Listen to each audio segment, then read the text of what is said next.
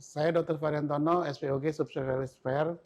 Banyak pasien saya di klinik itu selalu bertanya, pada saat hamil muda atau bahkan sudah hamil besar, banyak bertanya, dokter apakah boleh ibu hamil berhubungan badan? Kadang-kadang saya jadi bingung melihat suaminya bertanya seperti itu.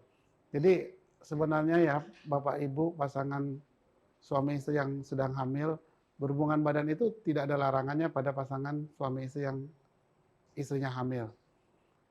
Boleh saja berhubungan selama tidak ada keluhan. Perlu Ibu Bapak ketahui bahwa kehamilan itu bukanlah suatu penyakit.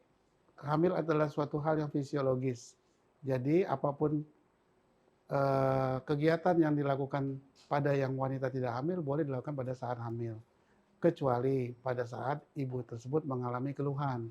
Apabila ibu sudah mengalami keluhan, maka segala kegiatan hubungan badan kita berhentikan dahulu.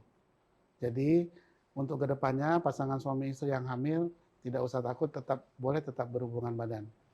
Berhubungan badan pada pasangan suami istri, pada istri yang hamil tua, itu sebenarnya sangat dianjurkan untuk mempercepat proses persalinan.